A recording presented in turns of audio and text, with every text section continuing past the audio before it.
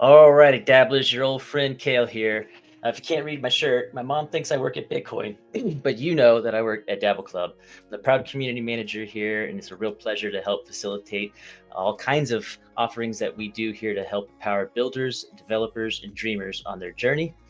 So, if you've been hanging out with us here on Agent Camp, you know that Mel and Colin have been leading the way on a lot of content. We were joined by Mateus Pagani last week for our first advanced session. All of these recordings are available at our YouTube page, which we'll share that link here in the comments as well. And we have the resource kit to help share with the slides and other information. But the best source for you is obviously to join dabble.chat and jump into our Telegram with us. That's where you'll find me in there almost all hours of the day. Colin, Mel, Mateus, and all of our contributors to this educational curriculum are available there for follow-up questions. We're looking for anybody that needs a little bit of help getting caught up or any particular sticky spots that you may have. Just feel free to raise your hand and say that you need some help, and we'll be happy to help you. But without further ado, I am just here to get things started. So we'll go through our typical flow here and have Colin step up and warm up the room next. And then Mel has some exciting offerings for us today as we dive into the depths of Eliza. So Colin, go ahead and say hello to VM. I guess I'm the official warm up the audience guy. I am Colin Lowenberg. I'm a core contributor to the Dabl Club. You can find me on Twitter at x.com/colo. As well, I'm always available on Telegram. My name is Colligon. We are the Dabl Club. You're talking to us right here. So we're a team of around 8 people around the world who run and organize events at scale to promote Web3 and AI adoption among developers. So the way we do that is make engaging events that are fun to attend, but also educational.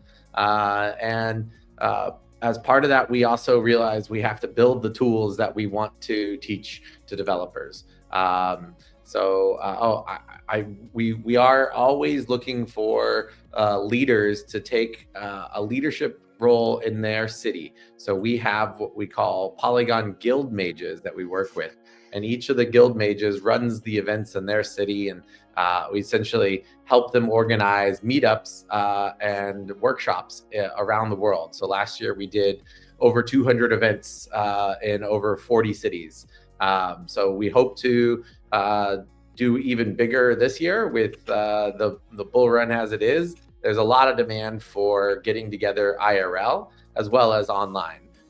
So this is actually one of our biggest online event series. We've done an Ethereum quick start camp, and this is Agent Camp. Agent Camp is really to help people get started with building with AI, but also with a goal of everyone by the end of this camp. We want you to be able to go to hackathons and win, or build companies using what you learn from our classes. So there's a hackathon coming up, ethglobal.com. Go to their website, sign up for the Agentic Ethereum Hackathon. I encourage everyone to join. We'll be there either as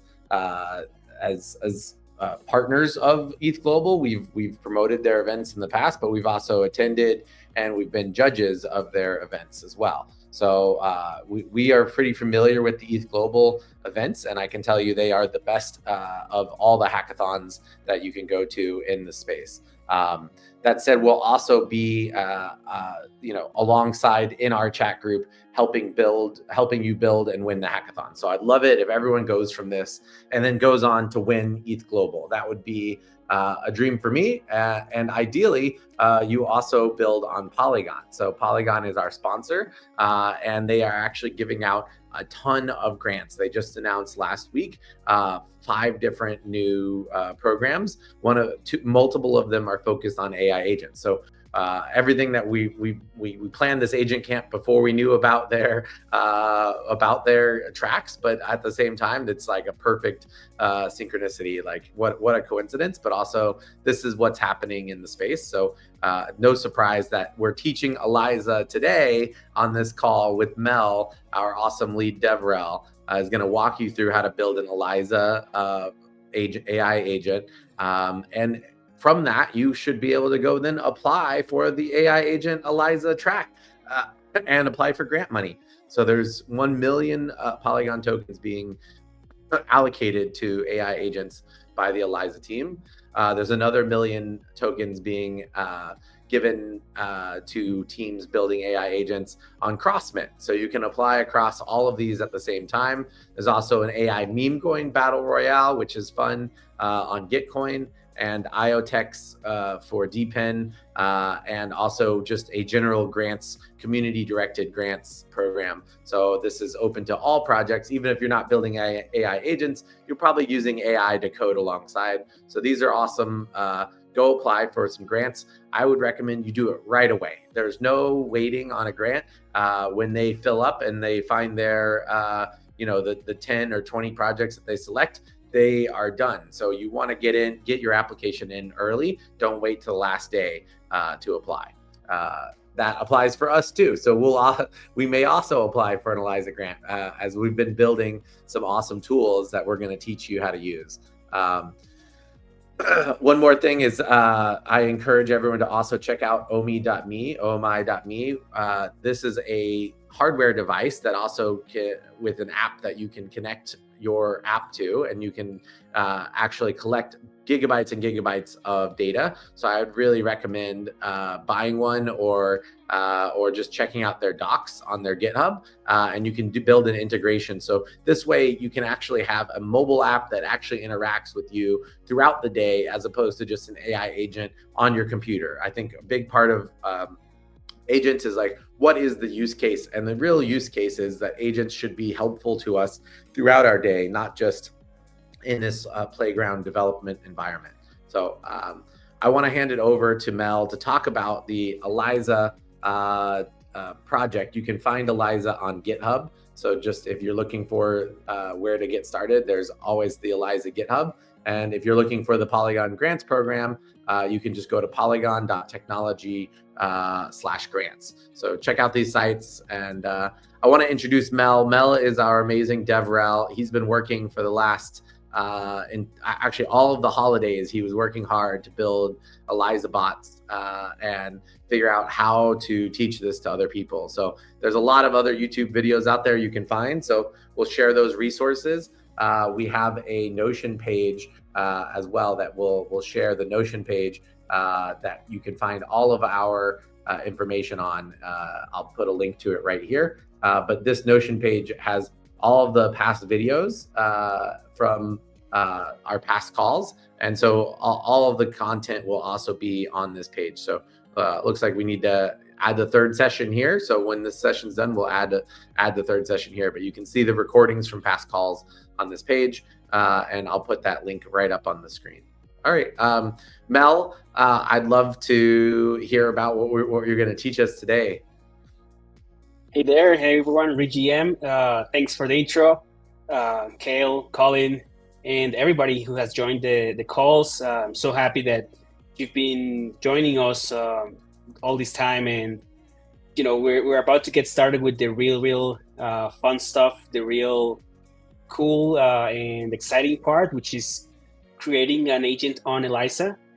Today we're gonna go on a very not a high level overview, but we're going to focus very much on understanding how Eliza works as a framework, and also let me close my closet. But also understanding how Eliza works as a framework, how to create a character that has identity, has characteristics that you want, and how to deploy. So the first thing that we're going to do today is be the check the GitHub, check the repository, check the documentation, and see how we can get started running Eliza locally. For this, we're going to need a couple of things. Ideally, you're going to need either a Linux-based system. I will say if you are using Windows, I had some troubles running Eliza with WSL. So bear with us if you are not able to get it running. There's an alternative that we will check to deploy using Github. But anyways, what we want to do today is get your first agent out. We're going to show you how to create the character via a prompt. We're going to share that prompt so everybody can quickly generate a character with just Claude or ChatGPT. In my case, it's going to be with Claude. You probably need to adapt a little bit the prompt. But after that, we'll take that file, upload it to the repository, and see how we get the character started. So let's begin. Let's take a look. I'm going to share my screen. And today we're going to see quite a bit of code. So I hope you're ready for that. So here we are. So Eliza. Eliza is a lightweight AI agent, multi-agent framework. It's open source. It's been grabbing a lot of headlines. If you don't know who's behind it, it's AI16C, which is a very fun, how do you say, an organization created from on Solana, but yeah. I didn't want to see this one. I wanted to see AI16C. So AI16C is a spin-off of sorts out of A16C, which is Andreessen Horowitz. And this is like a DAO that is running the framework. It's this framework was developed by the lead. He's called Shaw. You've probably seen him around. And they have created this very interesting framework to create agents that has taken, I think, or at least I feel, the world by storm. The developer world, it just massively jumped in GitHub follows, GitHub stars. And when I started in December exploring this, I understood why. It was very fun to see so much stuff already built out of the box in a way that you can just switch a couple of things and get your own agent running, which is super fun. So there are a couple of, three websites or three resources that you should take into account. Number one is the documentation page, which is elizaos.github.io/Eliza. And that's a mouthful. We'll share it, of course. The other one is the GitHub repository itself, where we have a lot of repositories. And not only the Eliza repository, which is the main one, we have a starter, which is also like the easiest and fastest way. And this is probably what you want to try. And we'll see in a bit why. We have also other kind of utilities. You have some awesome Eliza repositories, community plugins, the Eliza plugin starter, that's another stuff, character files. There's a lot of utilities, but honestly, there's mostly a couple of repositories that you will be looking at. It's this one, Eliza, which is the main one. And here's, if you want to create plugins, if you want to create, to go more in deep to see how it works, this is the repository for like the developers, the builders that want to go very deep. If you just want to launch an agent and make it very fast, very simple, and use like a already familiar framework, I think this runs on Next.js. I'm not sure. This is also very good. I suggest if you are not very technical, you just want to get your feet wet, you want to understand how to launch an agent with some characteristics, this is your repository, and we'll explore each of them today. And that's for the GitHub. And lastly, another very good resource is eliza.gg. So this is an Eliza instance that's already been uploaded, the whole documentation, so you can even tell, hey, how can I create an agent with Eliza? And it's going to tell you like step by step how to do it. Okay, so I hope you're ready, because we're going to start with the code. So what we're going to do is we're going to head to our GitHub repository, and we will check the Eliza repository. Okay, here we're going to clone it, and I really suggest you to follow straight to the point, the quick start guide. You need all of these specific requirements: Node.js 23, PNPM, Git, and a code editor.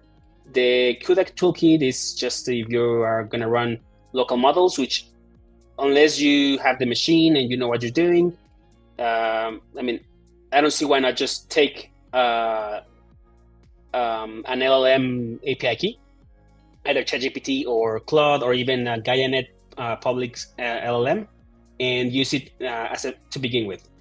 So we're going to follow the the documentation here. So clone and install.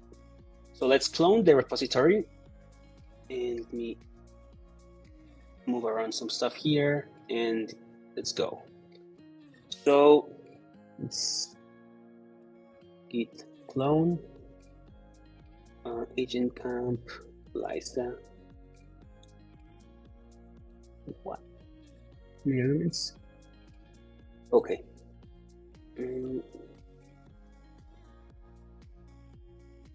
So we're cloning. It's going to take a little bit, and after that, what we need to do is first. This is important. Since there's a lot of development being happening, they recommend that you don't stay on the main branch, because whenever a new plugin is added, and you will see in the develop, I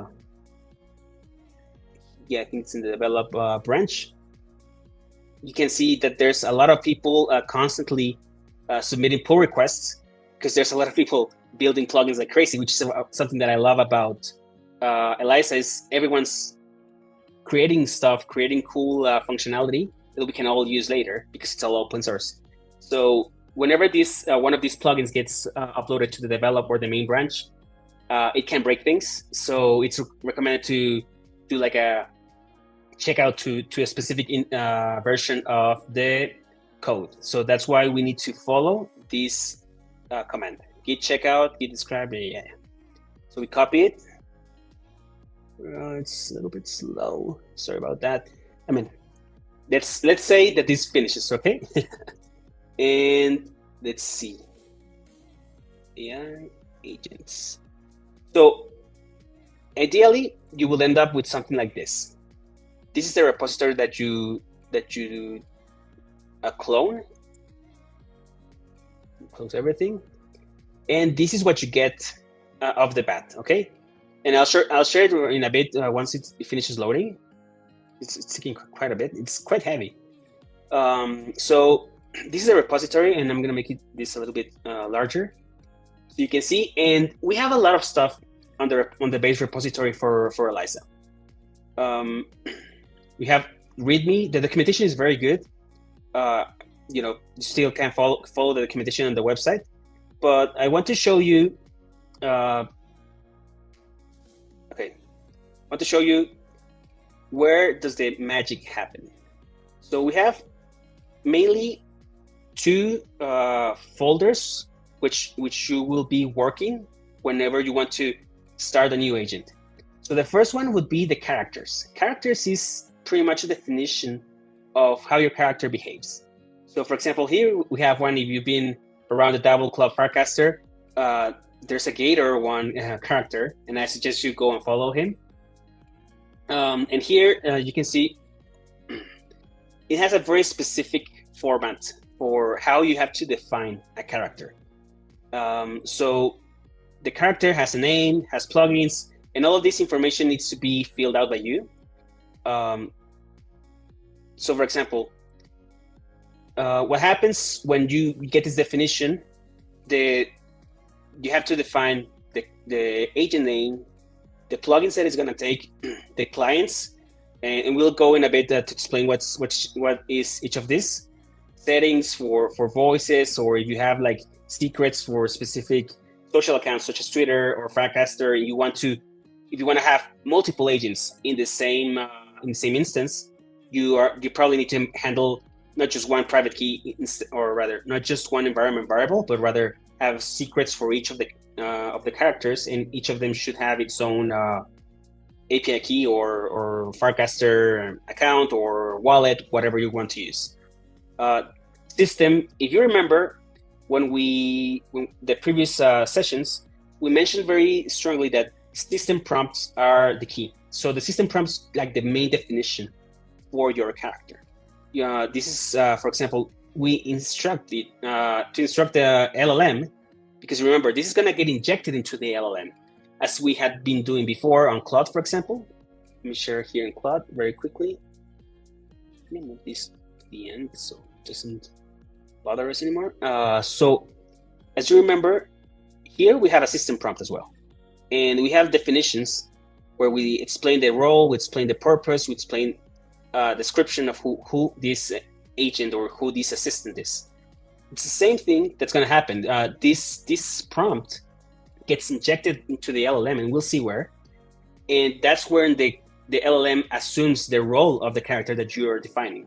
So that's why the system prompt is the key in this first first definition. And then you also have a bio.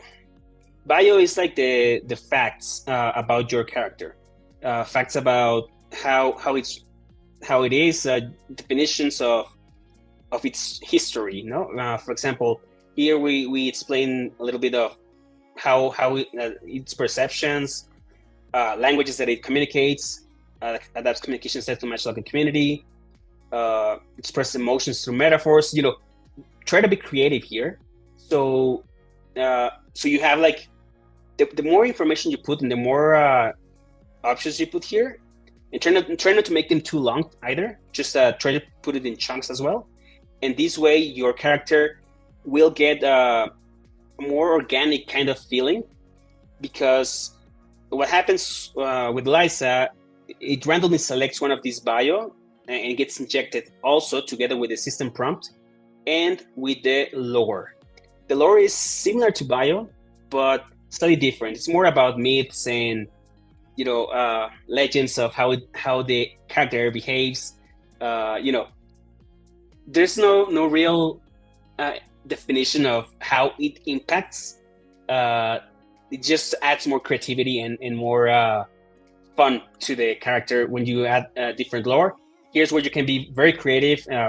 If you want your agent to be like artistic, here's where you can say stuff such as created 39 songs in one day just to prove that it could be a better musician than Taylor Swift. Or if you want to make it like a developer, you could say once debugged 3,000 lines of code in 1 hour. Just be crazy. Known for appearing in multiple Discord channels, and there's a lot of stuff. Then we have the message examples. This is super important because this is how you instruct to the character, or the LLM rather, how it's going to answer to the users. So we have, for example, this is just like a template. So whenever a user communicates with it, and it asks a question, this one's in Spanish, and Gator one here is answering in Spanish as well. And then you have another one in Japanese, and we added like a Japanese. Of course, I don't know Japanese, but this was generated by Claude. I don't know if it's very good or not. Forgive me if somebody knows Japanese. This is just all AI generated. Likewise, just give examples of how it's supposed to interact with the users in short. So that's for the message examples. Post examples is similar, but for publications such as Sparkcaster or Twitter, or Instagram, if you want to do like integration, which would be super fun. And you also should add as much as possible. Adjectives are what it sounds. Adjectives that define or describe your character. So also here, be as thorough as you want. This is going to be taken into account. And I suggest you very much to also take a look into the default character. We'll see in a bit. Why are we using this kind of format? Because the Eliza original character, the default character, is super well done and super deep into what the definitions of how it works. Topics. This is important because the characters have a built-in boredom level. And whenever they get bored, they kind of abandon the room and don't follow any more conversations. However, if any conversation brings up topics that the character is interested in, then it will pick up and try to, and if it's really interested, you say protocol optimization, probably Gator 1 is going to answer you, even if it's like a crowded room, such as a Discord server or something. Languages, this is also pretty simple. Style is very important because here's where you define how much how verbose it can be. If it's like a troller, if it's even like how do you say rude or nice or confident. that this is how its style of communication overall. That's what the all is for. For chat is specifically for interactions with conversations with users or other agents. And for posts is, as we said before, for publications. So where's this whole thing comes from? So the characters, like I said, it's just a definition for your character, but how does Eliza catch this character? So let's see if it's still loading. Wow. Okay. So let's say I wanna stay for a bit here. Okay. So we're loading the character. However, when you install, you need to. We haven't done this, but we need to check out the most stable version, and then do the installation. Please follow these instructions. And after this, you also need to do a build, because we're gonna build all of the plugins and configurations that are created by default. And we also need to copy the .env file. Yeah, I just want this to finish. But let's see. Mel, might be a good chance to answer just a few of the questions we got here in chat while we're waiting. Pretty close there at 90%. What cursor theme are you using? That's what was very much likes your cursor theme. Oh, it's called Outrun, I think. Outrun, got it. Let's see, extensions.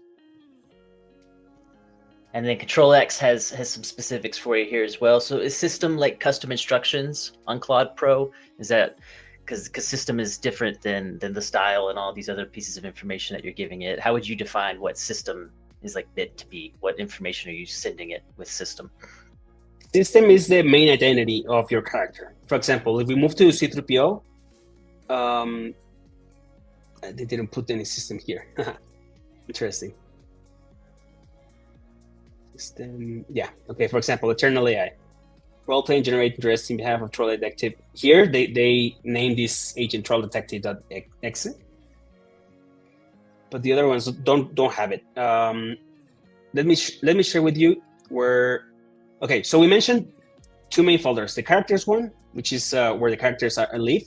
The agent one is the most important, probably, because that's where the server actually runs. That's the runtime for the agent. So everything that happens for the agent gets loaded here and gets run here. So your characters are gonna get loaded here in the index file. And let's take a look into this file, just very, very quickly. So you see, these are all the imports. There's a lot of stuff already here, a lot of stuff. All of the plugins that are already loaded in this, like the default plugins. And this is how we're gonna load the characters from the file names. And let's see, this is not very important. Oh, sparse arguments. Try load file. It's not important either. Here we go. So the first thing that happens, we have these load characters. Provider, database, JS clients. Where's the main function?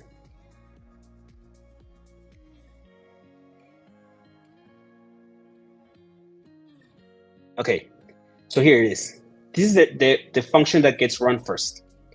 Start agents, as its name implies. It's going to start all the agents that we define inside our build, not our build, our run command. So, okay, it's finalized here, but I want to show you when you start the pnpm start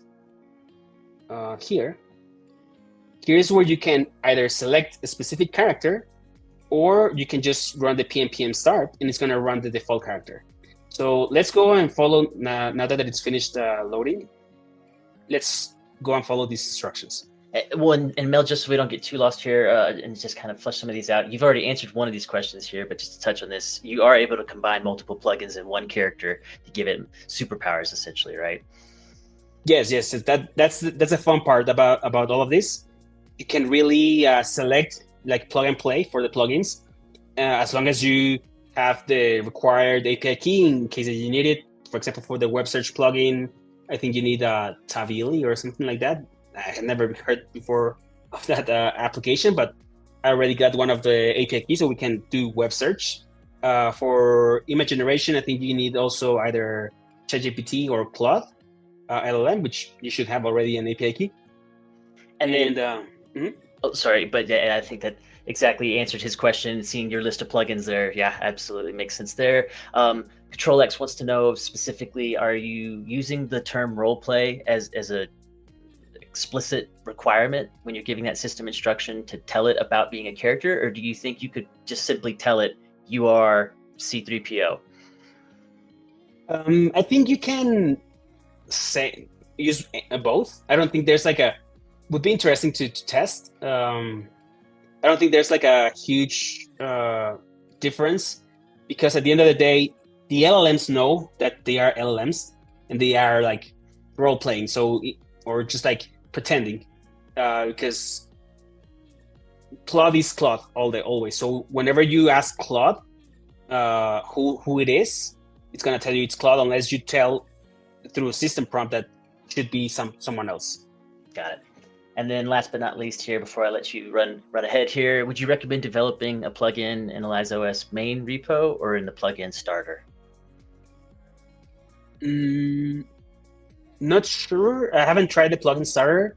I really like the Eliza the Eliza one. That's well, at least that's what one that I've been playing around with, because you get you get to see a lot of the other plugins implementations and really understand how other people are doing it. You also, I mean, there's a lot of creativity. There's no rules yet, like precisely how to do it, but still, it's fun to see how. For example, I'm gonna say it, Solana plugin is very well done. The recommendation is quite interesting. How they are doing the like token recommendations, so the agent buys tokens that you recommend them. If you have a proven track record of good recommendations, like if your recommendations have been, and I will show it in a bit, but just checking them, checking how to perform NFT generation, how does the Goat plugin, for example, handles the wallet creation, how the Farcaster client decides to generate a cast. It's a randomizer, but how does it decide on what to tweet or rather what to cast? So it's very cool to see each plugin, how it is built. So you get inspiration and you can build your own plugin the way you prefer. Perfect. Yeah. I think that's a good point there to let you continue on there, Mel. Thank you. No problem. So now that we have finished downloading cloning the repo, we're going to check out and to this version as it tells us. We're gonna leave it like this for a moment, and then we're going to install. So again, it's gonna take a little bit, and after installing, we need to build. Okay, and let's go back to here to the whole runtime. So as you can see, this is the function that's gonna get called when you start the client, the Eliza repo. So first, it's gonna initialize the direct client. The direct client is just enables the API communication, so you can chat with the agents via API calls. So this is a very simple client.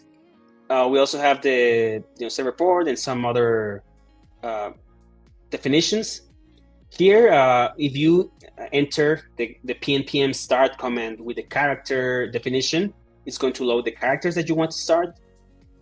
If there are no character arguments, well, here's where the characters are going to get loaded.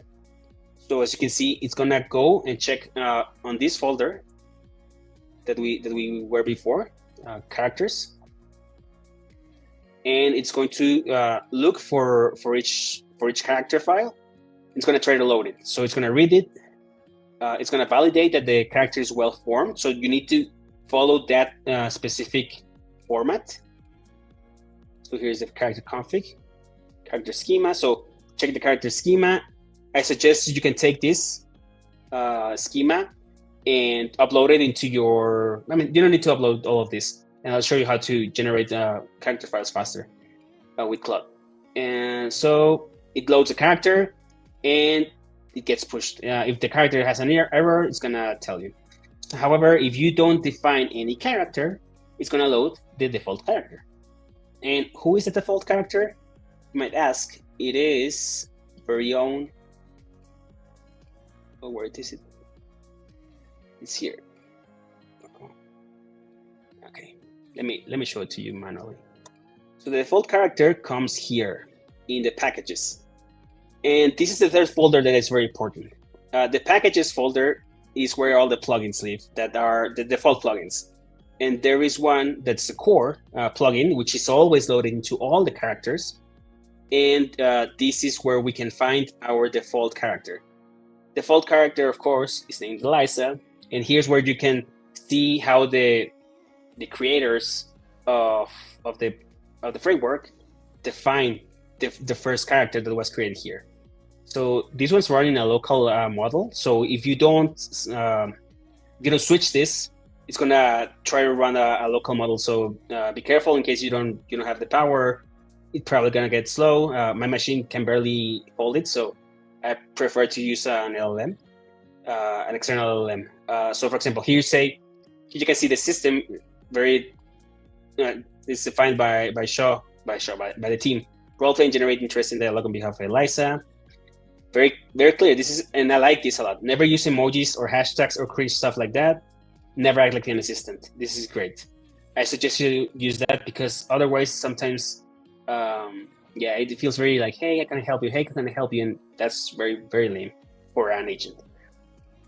So you can take a look into all of the stuff that they put here, and they really went hard on the lore and like doing, especially on the topics. That's where I think they really went hard on, like, philosophy is cool. Things red pills are ridiculous losers. There's a lot of stuff here, but that's where we start seeing, okay, you need to be very creative and just go wild. Go see how much adjectives they are putting to it. So this is the default character. So if you don't load any character, it's going to load the Eliza and it's going to load a local LLM. And now that we have what happened here, did it finish installing? Yeah. Now we can run the PnP and build. So now it's going to take, we need to run the build. So since we already installed everything, and this is a mono repo, so when you run the PnP install with the no log the command, all of the if you see all of these packages, all of these plugins, each of them has its own package.json. So when you run the PnP install, it's going to run the installation for each of the plugins, all of them that are here. So once you install them, these packages are still not available for the agent to be loaded. So you need to build, you need to run the build command so it gets properly packaged and it's available for here in the node modules for the agent to actually load all of these plugins, as you can see here now. Now that we run build, it's precisely executing all of this. And once we finish the build, we are going to be, there we go. We are going to be, we need to copy this, copy the .env file. And env file. Okay. So this is the Dabl agents. Let me open now this one, which is the latest. Okay. And we were here. Oh, they added more stuff. It's been a while that I have been here. So we're the start agent, correct? So start the agent. You also start the direct client. So you can also test it directly in your local machine. And that's what we're going to do. So now that we have built and installed, we also need to check the .env file. Why? Because let's make the DMV file. Sorry. Seems like it didn't copy. Oh, here it is. Cool. So the .env file is where everything is defined for the additional functionality that you want to give to the character. For example, here's where you can add a Discord functionality. You need to create a Discord bot, which is very simple, and you can actually ask Eliza to eliza.gg. Hey, and I create a Discord bot, and it should give you like the whole explanation how to do it. It's very simple. Then that's for Discord. Farcaster, you need to use Ninar. Ninar has like a $9 the basic tier, and this one allows you to create all of this. Pretty much, if you want to use Farcaster, that's a relatively cheap way to get started. And Discord is free, so that's also very good. Telegram is also very simple to do. Twitter, I haven't tried Twitter. Honestly, I don't like Elon, so I don't want to pay, but we probably need to do it soon. WhatsApp, there's also WhatsApp, and you see, you can check out a lot of stuff here. But the one that we want to take a look is either using Open API key, so we can enter our LLM API key here, or you're using ChatGPT or OpenAI. You can also use Eternal AI. You can use Venice is also available here. The ones that I've used, at least, I'm gonna say, and also there's also Grok, Olama server, Google. There's a lot of stuff here that you can use, but we're going to use the Anthropic one. All right, so I'm gonna create a new. I don't remember if it was here. No, it was console.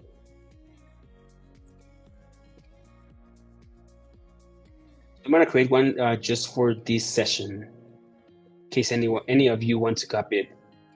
Let's say Dabl Club. API keys. Create an API key. Agent camp session 3. Copy the key, and then we go and paste it here. All right, we save, and now let's start our character. Before that, I want to select a specific. Let's select Eliza. However, we're gonna do now. Let's first load a character file so you can see. So select W. So let's copy. Copy this, and then we're gonna go here. I'm gonna say W is using Anthropic. Perfect. So this is important. In the model provider, the model that you select here is gonna define which environment variable is gonna look for.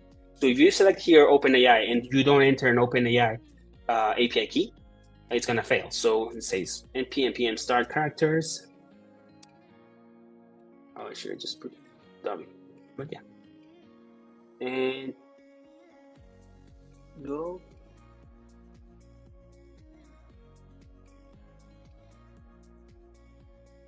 And as you can see, it failed because we don't have that API key.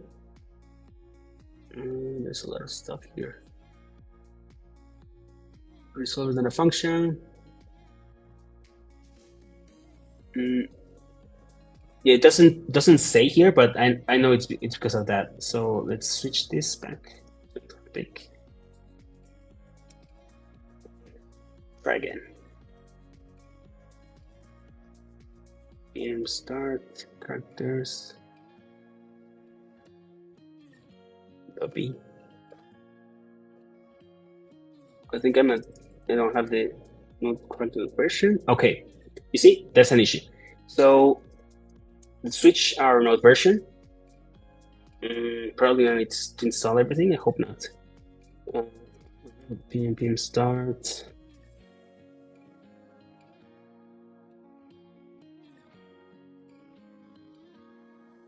Okay. There we go. And there we go. So now it's running. Now we have, you see that we have this information of everything that's been loaded by Eliza for your character. So here, let's go a little bit up. So first, you see that the direct client is constructed. Then it goes and tries. I'm gonna close this too, so you can have a better view of what's happening here. Whoa, here. So it tries from the path that we defined, wcharacter.json, and it finds it here on this. It says it is true, perfect. So successfully loaded the character, initializing SQLite database. So whenever, if you don't decide to use Supabase or any external database, Eliza by default comes with Docker SQLite, with a local SQLite database, and that's where all of the relationships, memories, and stuff gets stored for Eliza locally. And if you deploy it somewhere like Railway, then on the Railway instance, it is suggested to use another database if you want to. I haven't really tried Supabase like for Eliza, but I've seen some people playing around with that. So you get the SQLite database initialized and connected. Then you get database cache. You get the runtime creation, which is on the agent start agent function. That's where everything happens. And then once the character gets loaded, the agent gets a proper ID, and this is how you're gonna follow the character. Each character or each agent is gonna have its own ID. Then you set the model provider, and you do a lot of stuff here. And then you start registering actions. This is one of the key parts of Eliza. Eliza comes with actions, which is what agents can execute by themselves. These are very simple actions that you can see here. Continue is just continue the conversation. Follow room is if you want to follow a specific chat room that's being interested. Maybe they call the agent's name, or it's they mention a topic that the agent's interested in by your definition. Then it's gonna follow the room. If it gets bored, it's gonna unfollow the room. If it ignores, or these are just definitions of actions that it can do regarding the communication. Describe image is another type of action. Then we have a couple of services that are being registered. These are services that are created by the team for Node, so you can do image description and text generation. PDF registration. So you can also read PDFs. You can generate speech if you enable 11 Labs, for example. There's a lot of stuff being loaded here, as you can see.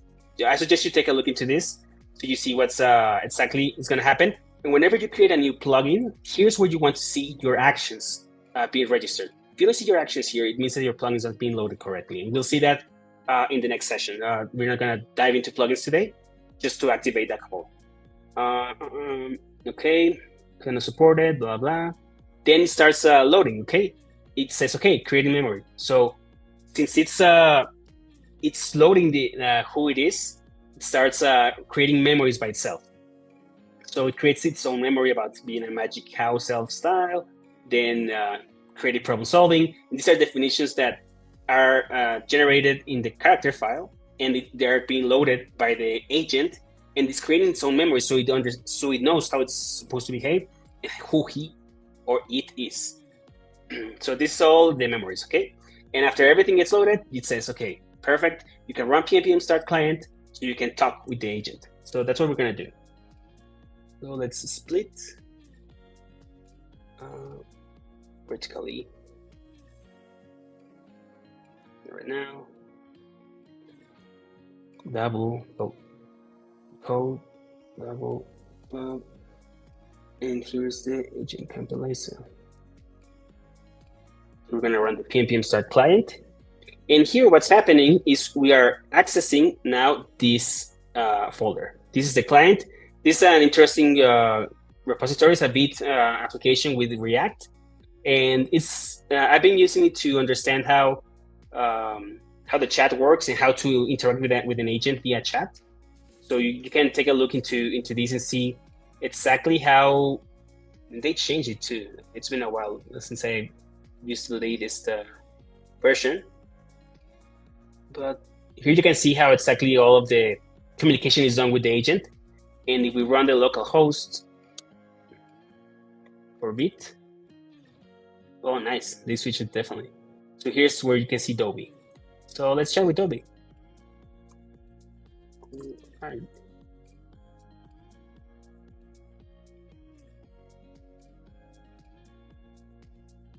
Taking a little bit. Taking too long, actually. Oh, wow. What happened here? Your credit balance slow. Okay, yeah. I'm gonna pause a little bit and I'm gonna upload a different API key. Give me 1 second because we don't have we don't have credits here. That's why it's not loading. So I'm gonna stop sharing for a bit. But yeah, so far, I don't know if there are any questions that I can answer while I load this API key. Well, I'll let you do the API key. I think it's important to point out that using OpenAI is a centralized system, and anytime you're using an API key, you have like this single point of failure where you have to have one company you're paying. So it's a good idea. Eliza framework has so many different LLM options. You can have multiple LLMs built into it, which is a nice feature that you don't necessarily need to use just one LLM. You can also use Llama, which is an open source model, and run your own. You can run your own model on Akash or on any number of servers. So if you don't want to be reliant on an API key and on a single API from one company, you can always run your local LLM or rent a cloud-based LLM. At the same time, it simplifies a lot of things to use an OpenAI. It's one of the best models out there. As you see, we use Claude quite a bit as well. I see a couple questions that we can try to answer. What does it mean by creating memories? And in this case, the agent is collecting information and then storing it into context, and that context is either a RAG or within the prompt. So it's creating long-term memory by storing the history of the chat or history of whatever context you want to give it. And I think interesting question from Alok is, does it fall back to another LLM if one fails? I don't believe it does that today, no, but you could build that. That would be a great feature to make the Eliza have a backup LLM. I think any product you build, you want to make it work without someone having to go get an API key from OpenAI or Anthropic. So in this case, it makes a lot of sense to just have a backup plan for your LLM. I think that's a good design. And then I see, someone's still asking, like, what does it look like managing context between agents?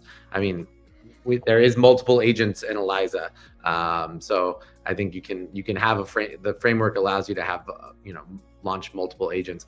I don't know what you mean by managing different contexts between agents, but yep. And then I think another note here is someone struggling being talkative to Twitter.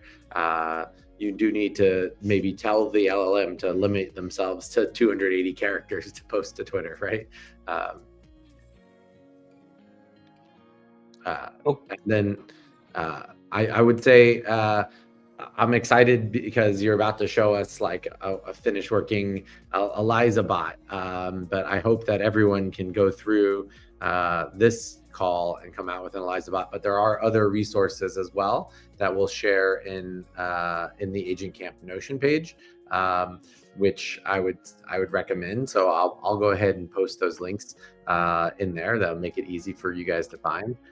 There are videos by Nader Dabbit that are really great. So I'm going to post those right now into the Notion, so we can so you don't have to go and Google them, but you can always search for Eliza by Nader Dabbit on YouTube, and you can find some good videos as well there.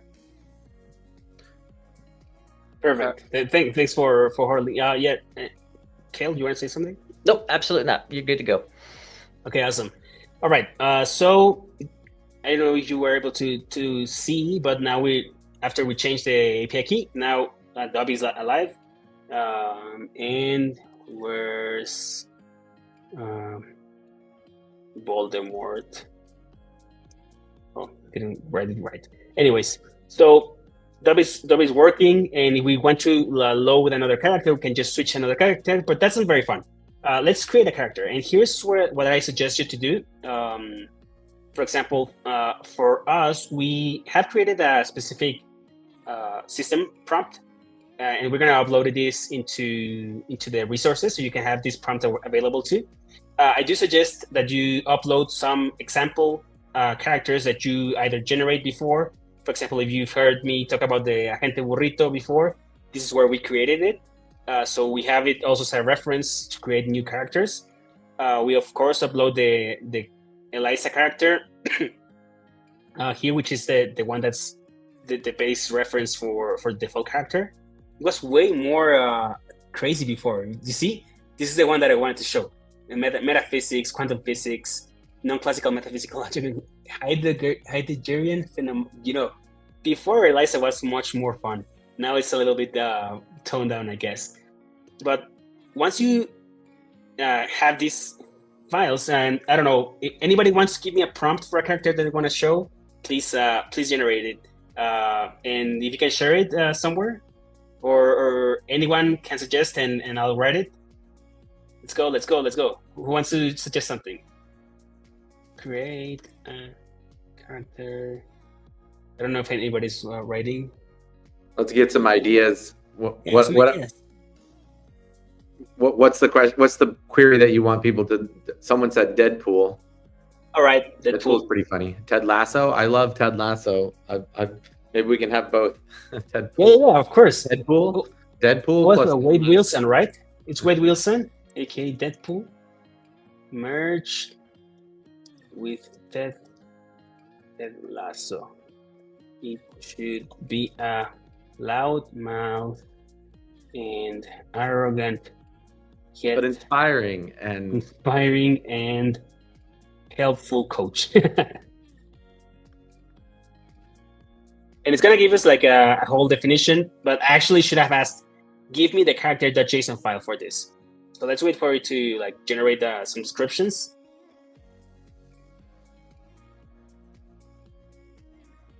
And it's gonna give you like a whole thing. No, please create the character JSON file for this character and add a new name to it.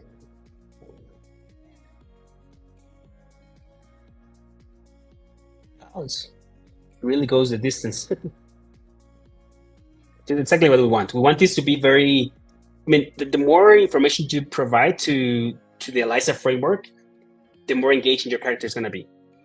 So now that we have this, it's going to throw us all of this. Coach pool. Okay.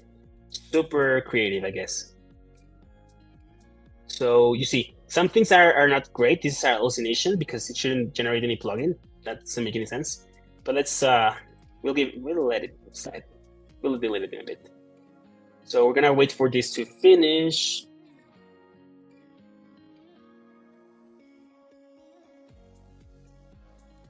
It's very long.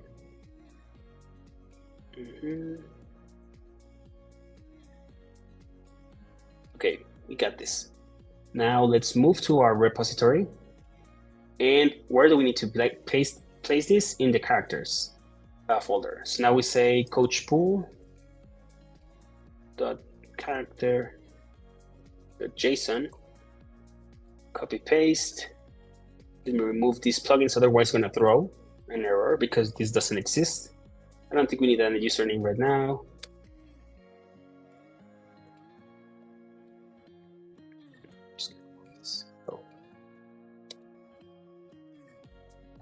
We don't have clients for this yet, so I'm just gonna remove them. Just gonna put it direct here. And I think everything else should be fine. Just gonna check that we did it. Sometimes LLMs hallucinate. So we just want to check that there's nothing weird here. You can also add like a knowledge array, and this is also good. So yeah, let's just put this. But if you want to like add a white paper, add specific information about your community, specific information about your project, you can add this as a knowledge array. I've read that it's not amazing. It's not like injecting all of these embeddings into the database. I still haven't explored a lot into this. So if you detect something that's not working great, let us know. I have read that sometimes it's not loading the knowledge correctly, but this is another option that you have. You can also have it like know people, which is interesting, like people. And maybe you want to like follow some users, I don't know, or be aware of specific personas on Twitter or on Farcaster, and maybe Vitalik Buterin or something like that. Anyways, so we have now our coach pool, and let's start this agent. npm start.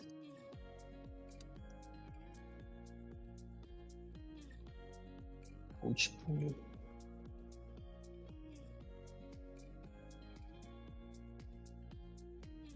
So now, there we go. Like everything worked. And now if we, perfect. We see the coach pool loaded here, okay? Yo, who are you? What did you do?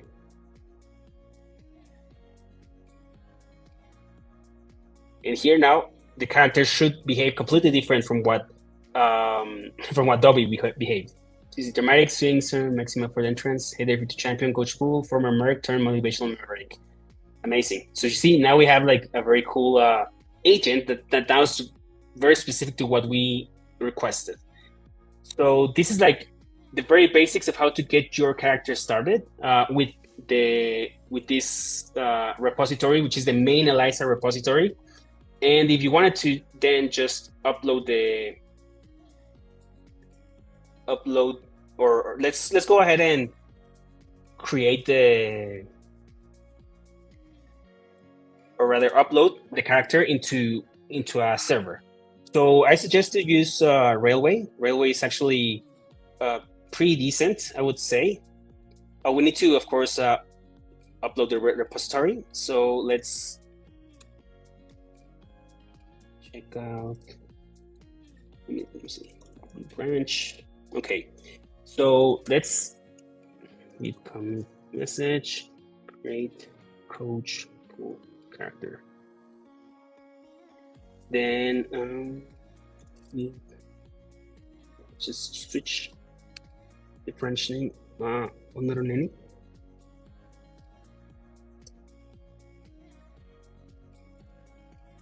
Why am I on it attached?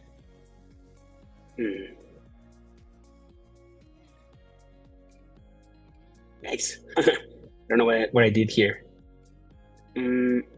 Anyways, so I'm gonna leave this. Yeah, I'd love to answer about open source models and where to upload it. So if you want to run an open source model on your own machine, I would recommend using Ollama as your front end. Ollama is a library that you can install on your machine and makes it really easy to download and install the models on your own machine and run them. I would check out ollama.com. I also like LM Studio. LM Studio is a little bit more user-friendly user interface. If you're not into command line, LM Studio might be more your vibe. I definitely recommend these for running open source models on your own machine. If you want to run them in the cloud, there's lots of options where you can run your own models, out there on the web. I think RunPod and GitPod would probably be the two most popular ones out there.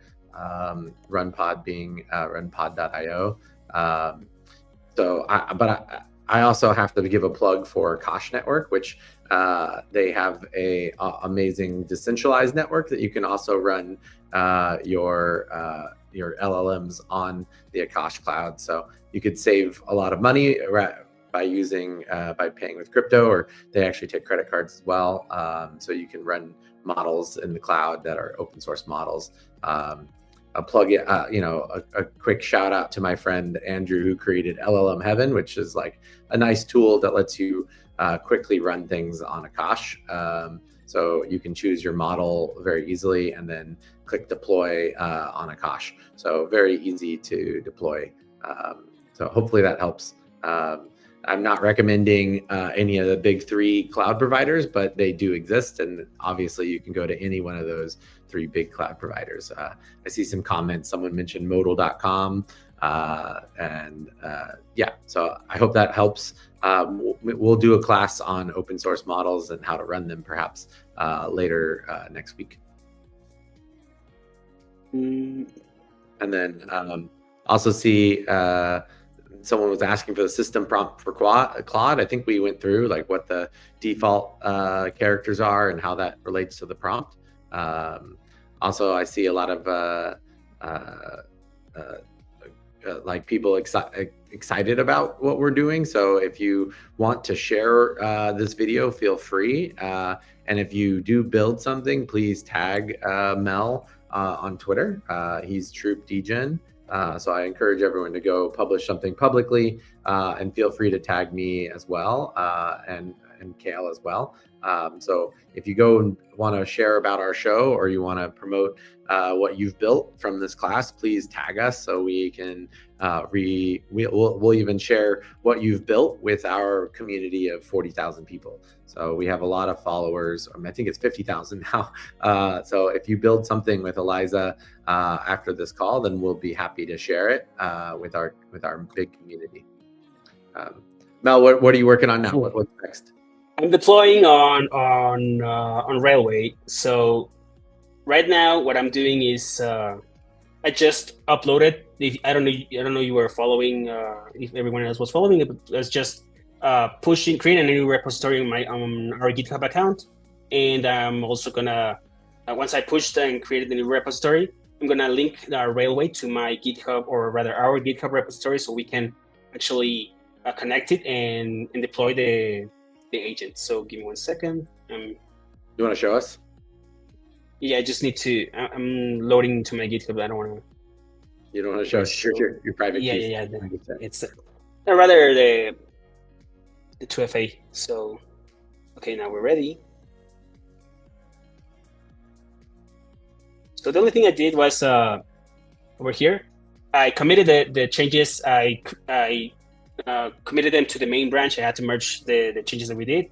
So if you remember, first we cloned the develop branch, and then we created like a we created like a stamp for the stable version, and from that stable version, that's where we created the coach pool character.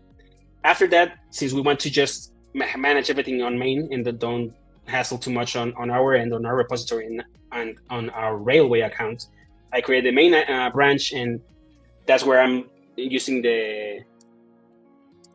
that's where I left the last commit for the coach pool character, and I merged it into the main branch, and then I pushed it into our remote, which is the repository that I just created.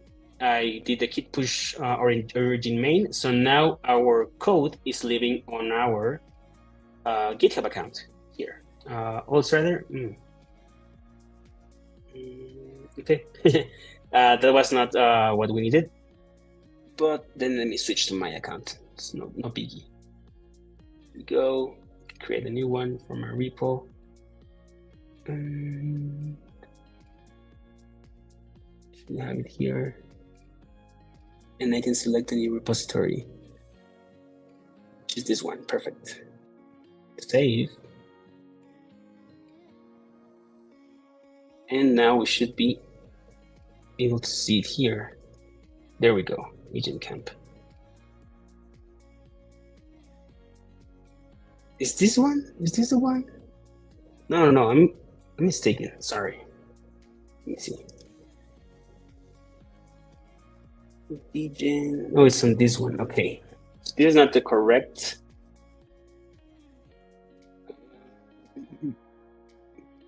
Let's create a new one.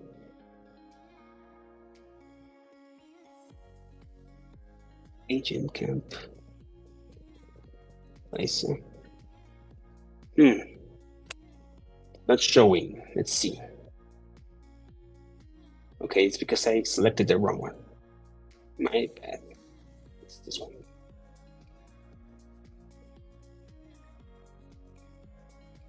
There we go. It shows here now.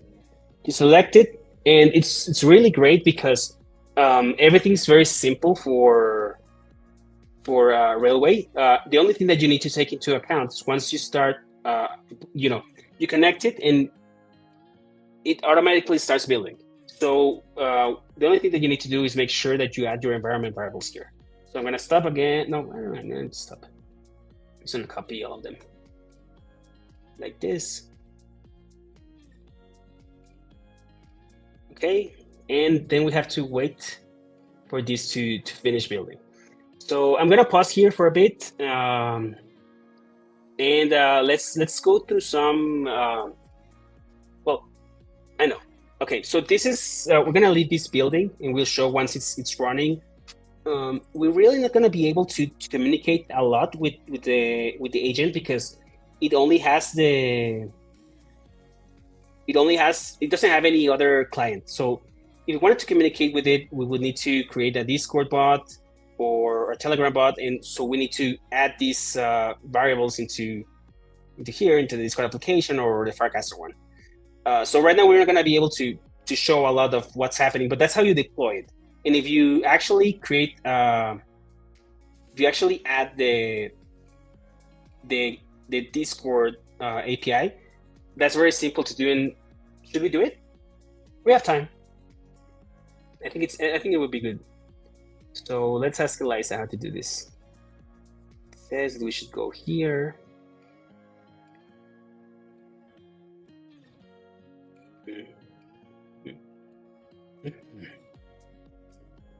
So we have a new application, and let's say this is Coach Pool. Great. I'm human. And then we need the application ID. So now we need to, let's put it here first. For application ID. Then the API token, we get it over here. So we have this. Then we need to do the, where was it? But reset token. Yes, do it. Once again, I need to put this stop sharing. I know that the 2FA is a hassle, and sometimes it's very annoying, but it's for the best. Trust me, please use 2FA everywhere you can. It's gonna let you sleep at ease at night. 43504. I spelled it out. Anyway, okay. And now we have the token. Let me share my screen now.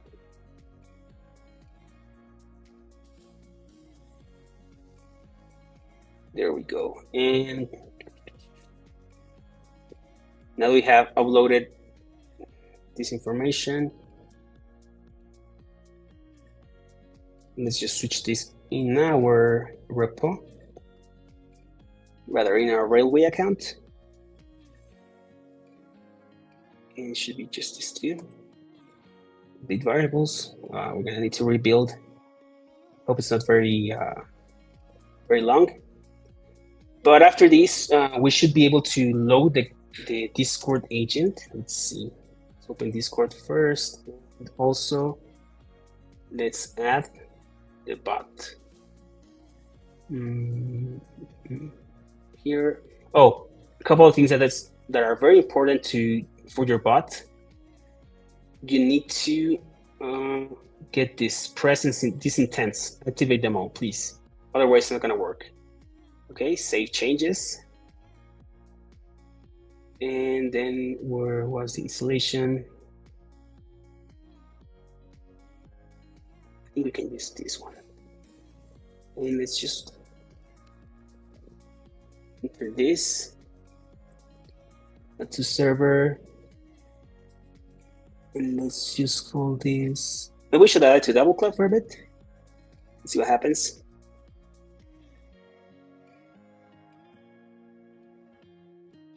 So maybe approachable. Did we add it?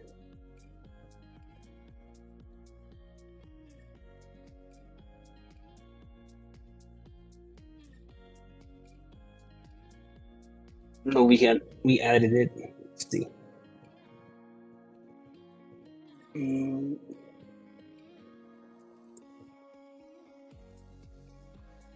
I cannot find it. Maybe I selected it wrong. Discord thing, installation. Let's put this one.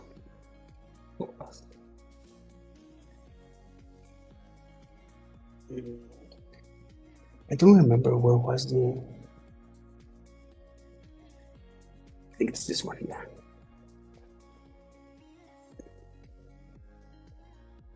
Anybody remember? Let me ask Eliza.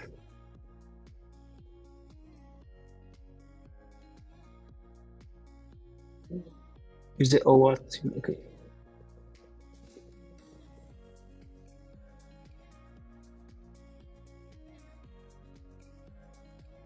Oh, I need this, the bot. Okay. That's what I was missing. And let's just say send messages. Okay, now we should be able to add it. Okay. Alright. Human. Go to Dabl Club. And now we should be able to find Coach Pool. Okay. It's not live yet. Let's see how our build is going. Takes a little bit. But yeah, we're gonna wait for this to load, and I'm going to try to speed run this very quickly to show the other repository that's also available for, I would say, even faster generation, which is the license starter. So if you just want to create an agent, be very fast about it. This is the repository that I would suggest if you don't want to dive too deep into the plugin development and just have some fun.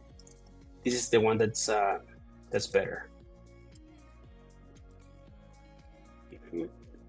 Git clone. It's a starter. License starter. Also. And this one, let me see what's it. I don't remember what was it. Not engines. Let's read me. Open source character TS.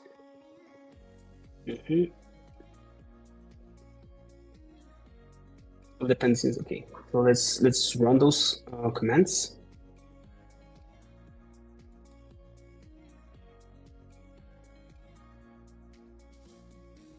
And here we should also be able to just copy and paste the character file.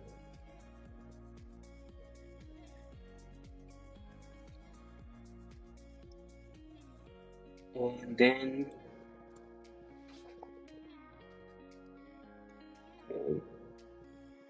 it's still loading.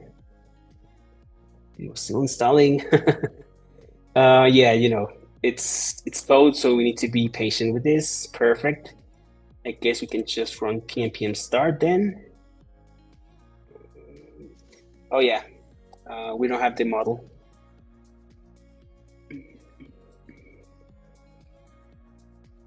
This removed.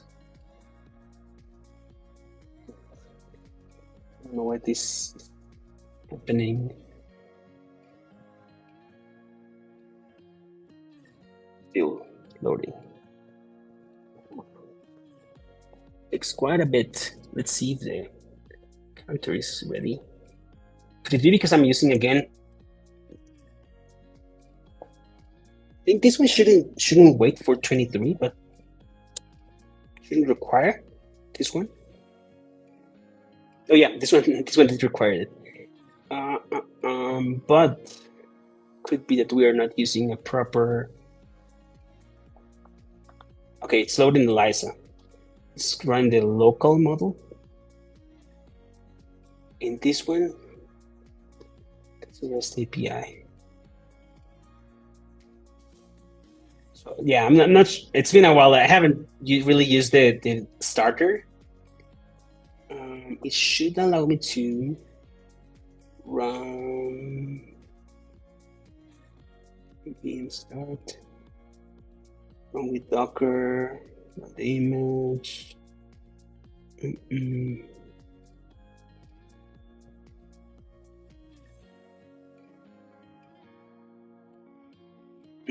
Yeah, this one's not amazing. You see, that's why I don't love it a lot, because I'm much more used to the large cumbersome Eliza, but that's because that's where the plugin development is happening. But let's see if we finished building this. So I just want to show the Discord bot working. 7 minutes.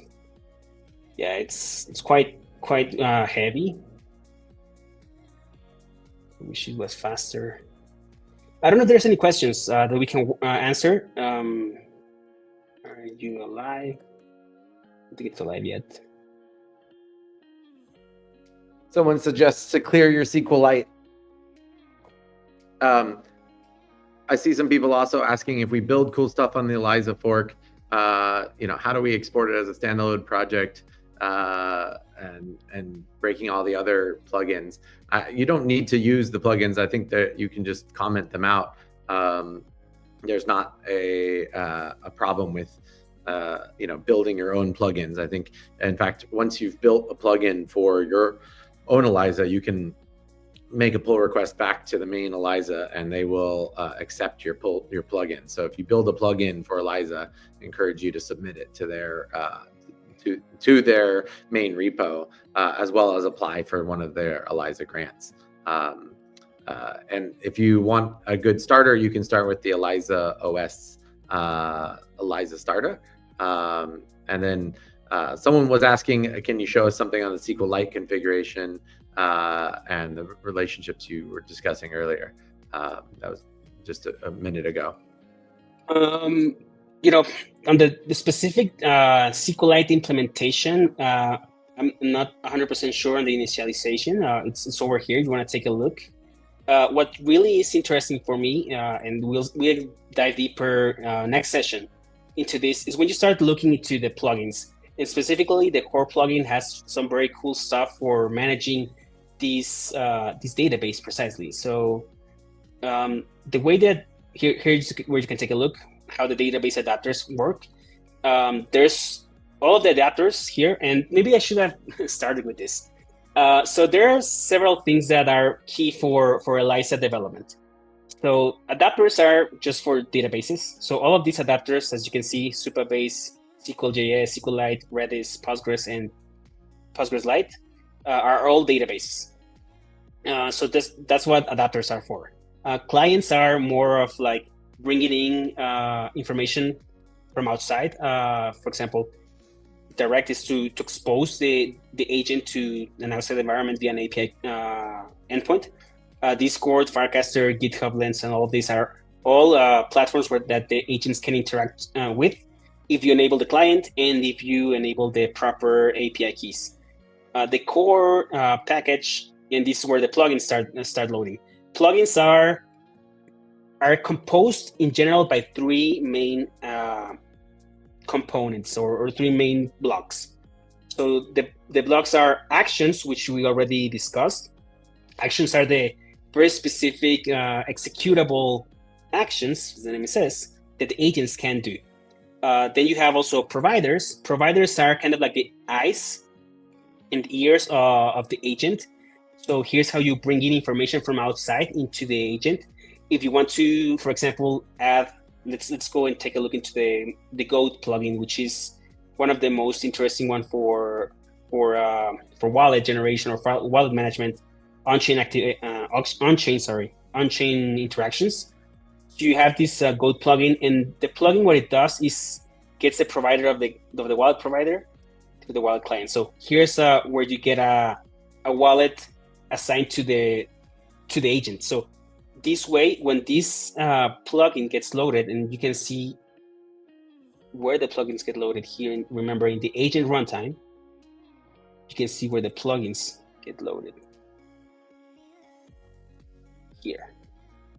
In the agent runtime, you get a database adapter, you get a token for the model provider that you define. As you can see, it's loaded from the character and model provider property. Evaluators, this is very good. Evaluators and other stuff. Remember, the plugins are composed by actions, providers, and evaluators. Evaluators is the key part where the Eliza agent makes reflections on what just happened and take different decisions according to that reflection. And we'll dive deeper into this in next session. And here's where all the plugins are. So these are all the plugins that get loaded kind of by default. Of course, some of them check if you are providing the public keys or the private keys that are required. Here's the EVM one. I want to use it. We don't like Solana, so but you can still use it. And I do suggest take a look into the plugin because it's very good. File API, Coinbase private key too. Take a look into this, see what's happening, see all of the plugins that are available. You can select the plugins that you want to load, and you just need to define the private keys, or you can do it in the characters file, as mentioned. You can put them here on the plugins. I will say, I have had some. I mean, whenever I have tried to load them directly here, I think the agent runtime is not properly coded to load the plugins in the same way as it loads the clients. The clients get loaded perfectly here when you say initialize clients. So we probably need to do another like initialize plugins and do some modifications here. You want to take a look into this. But yeah, I wanted to show very quickly for the core what the plugins look like. Source. So I mentioned the database, mentioned, for example, the goals. Goals is interesting how the agent manages. For example, it takes the database adapter and the goals get saved into the database. So that's how the agent keeps track of what goals it has. It stores it in the database. How it gets defined, I guess it depends. And I guess you can instruct it to have some goals and purposes, and that's probably something that's important. Knowledge as well, memory. But I want to show providers. No, this is not okay.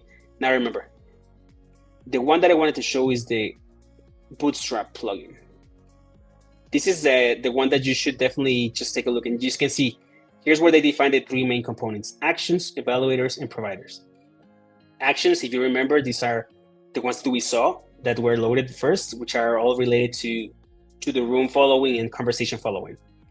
The evaluators are more for like evaluating facts, and here's where the memory manager and the access to the database gets handled. So this is a cool way to see how the agent handles these facts, evaluation, and store something as a fact or not. So for example, first, what happens here is, let me take a look. Really, see, is here. Plugin gets defined like this. You get a name, a description. This description is not used by anything, just for reference for developers. The actions that the plugin is gonna include are all of that are defined here. Evaluators are the ones that allow the agent to decide if a fact is a fact or their statement is a fact or not, or if we should update a goal. And the providers, it's also very, very fun. The boredom provider, for example. Here's some very I would say, what's the word I'm using? Arbitrary definitions. They just select numbers, and that's something that you need to start thinking about when developing Eliza plugins. Is that just make up numbers, make up frameworks, make up reference that allow you to dictate, even if it's very simple, that allow you to dictate how the agent will behave. So for example, here they put, hey, this is where you get the most bored. Or rather, it's the least bored, because it's negative, right? So it's engaged, it's happy. However, if it starts getting into more boring territory, it starts saying anxious about potentially. But you see how they are playing with this injection of prompts.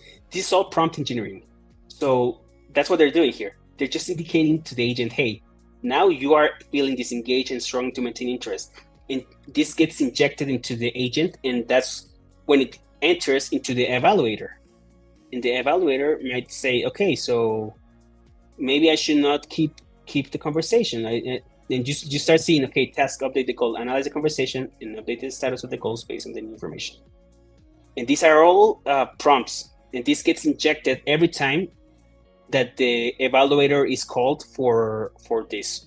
So it depends on what you define here, and since we're running out of time, this is gonna still be a little bit confusing, and I will ask you to wait for us on Thursday to get deeper into all of this. But this is where all the magic happens. This is where the agents really start thinking, really starts evaluating, really starts deciding if it should do X or Y action. And this is where this templates is the way that Eliza works. Eliza injects these templates here in the handlers, for example. It composes the state from all the messages that have been generated in the conversation. So that's why you see compose context. And then it injects this template here. Okay, so after it gets injected, we send this context to the LLM. So we request generate from OpenAI or the LLM to analyze conversation and suggest goal updates. So now we're going to wait for the LLM to do the evaluation of all that we just injected, like the conversation and this template. And this template is gonna tell, like, the last thing that the agent is gonna read is gonna be, okay, task, update goal, analyze this conversation. Here are the instructions. Here's what the task. Here's what the output should be. And if everything, like, of course, it's gonna decide if it should do it or not. No, as you see, include entire objectives array, including unchanged fields. And then it updates the goals. And then if the goals are updated properly, then it needs to update the goal on the database. And this is just for the database, but that's like the, how I would say, it's how Eliza works. It's all about evaluations and then decisions. If you don't do the evaluations, you have to be very straightforward, like, hey, Eliza, update. You have to pretty much call update goal, this action. And it's not very fun. You want the agent to get to this action by itself. The same when you create, I don't know, buy a token. And let's show very quickly the Solana plugin, because I think it's very fun how they do the recommendations. Plugin Solana. Source, evaluators, trust. So they have like a trust evaluator, and that's, it decides if the agent should trust or not the user's tokens recommendations. So it looks for, get this should process template, and this is how it gets injected to the agent. Hey, should you process for token recommendations? Well, it will check if the recent messages should be processed, if there are messages that include any of this. If it doesn't, you see that it indicates a Boolean footer. And this just says yes or no, and gets converted. I'm gonna go over here in the handler. When you run the evaluator, should process, just generate true or false. Should process yes or no. If you shouldn't process, just skip it. But if you should process, then you get a new memory manager, you create a new table in the database, and then you get the memories. So because you want to get all of the recommendations that the user has been given to the agent before, then it composes the context, this time with the recent recommendations template. No, the template is template. Okay, context. Okay, recommendation template here. here's the meme coins, here's the startup examples, blah, blah, blah. So here's that, like I said, I'm not gonna go too deep into this, but this is how the evaluation goes. And whenever the recommendation has been good, or if the recommendation needs to be processed, the agent actually comes here and stores a new memory of the recommendations. So this is more or less how you can play around with this. You can either store information in the database of your agent as a memory. You can ask it to execute a specific action. Here are some actions, for example, that they have here for swapping to transfer tokens. So you can take a look into how they do this and how the responses are, how the outputs are generated, what kind of actions, send token, transfer tokens. There's a lot of stuff here. This is just the very first session that we are diving into, Eliza. Let's take a look and see if our finally finished. And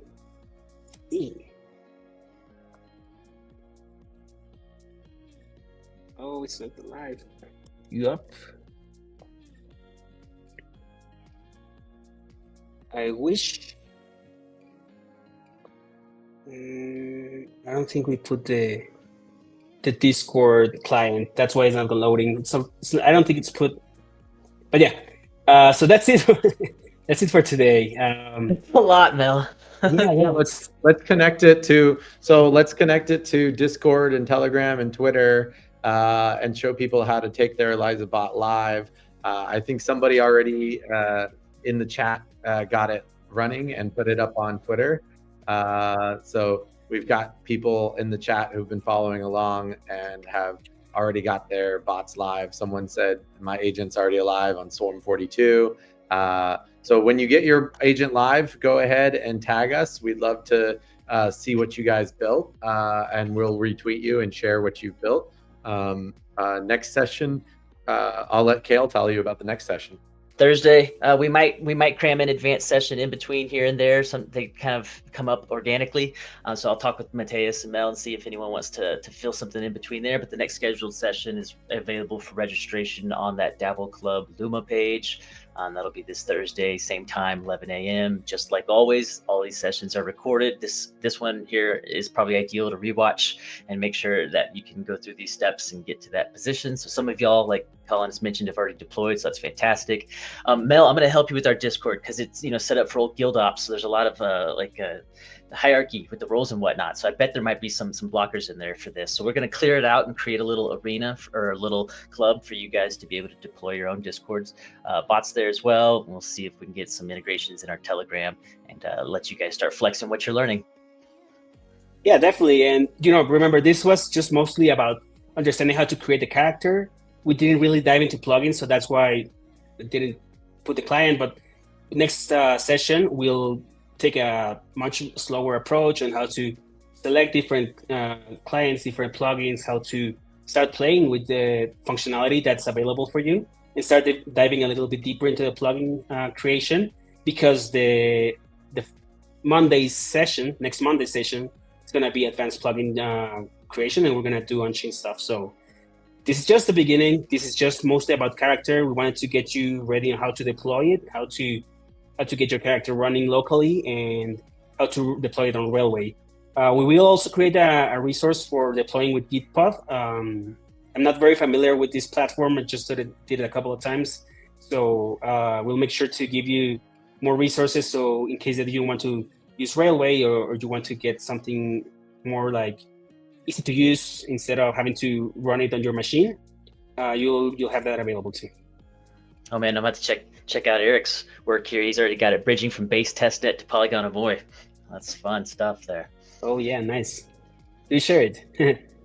All right. Just remember too, everyone, that resource kit's out there. This Notion page is up here right now being shared for the link. And that's where you can find today's recording as well as all the other previous episodes. I've got a list of links already, all the different resources that Colin and Mel were sharing today, including those hosting sites. This is a lot of information. So again, the number one HQ for you is at dabl.chat. Our Telegram is where you can find all of us and ask follow-up questions or have any of your particular blockers or things that you might have missed or gotten stuck on. That's where you can come and ask, and we'll get Mel or Colin or Mateus or myself to try to help you through those little sticky spots. All right, gentlemen, I'll let you do your final sign-offs here, and let's call this thing a wrap. This is a long session. I know people's brains are right at the limits. I mean, I think it was nice to have someone walk me through every step of the Eliza. I was coding off on the side, trying to follow along, and managed to get my Eliza working.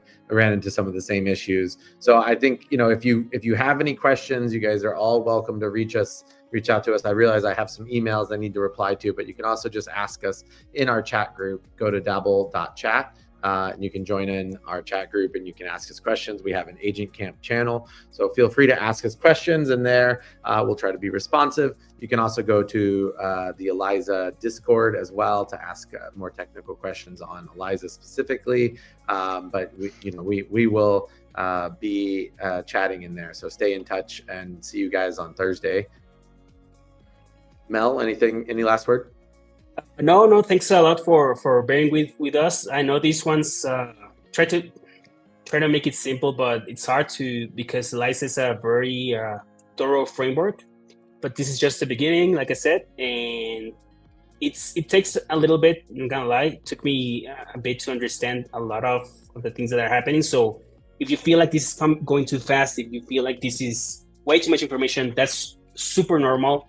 We will give more spaced out, smaller fragment videos so you understand each part of the whole framework, so you can take it to your own speed and explore different options that you have. And if anyone wants to contribute, also like, hey, I created this tutorial, I created this resource, share it. There's nothing better than a community that creates content for others, and you'll see how much you learn just from trying to create content. As you can see, I'm learning because I want to share it with you, and it's all about practice. It's all about getting there. If you're on the beginner track and you felt that this was super hard, it's okay. Talk to us. Don't get discouraged, and we are there. We're here to help you, and we will provide you all the resources. So it's very easy for you to actually deploy an agent and make sure that you have your agent running on the clients that you want, doing the functionality that you want. And if you want to go deeper into the plugin and understand how to do crazy functionality, it's just a matter of knowing that it's going to take a little bit of effort because code is challenging, and this is a very new field. But once you understand how to do this, there's probably very little things that will stop you in the future. So LFG. Well said. No hacker left behind at the Dabl Club, friends. We'll see you at the next session. Thank you for being here. Bye, guys.